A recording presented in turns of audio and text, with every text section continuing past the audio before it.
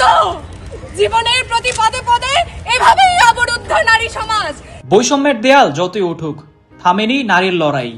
শিকল ভেঙে বারবার সামনে এসেছে মুক্তির উচ্চারণ। তোমাকে কতবার বলেছি চাকরি ছেড়ে দাও, বাবুর পড়ালেখার দিকে মন দাও।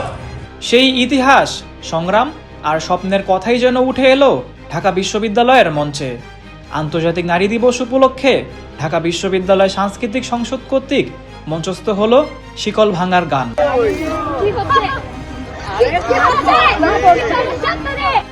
নাটকটির পরিবেশনায় অংশ নেন একদল তরুণ অভিনয় শিল্পী।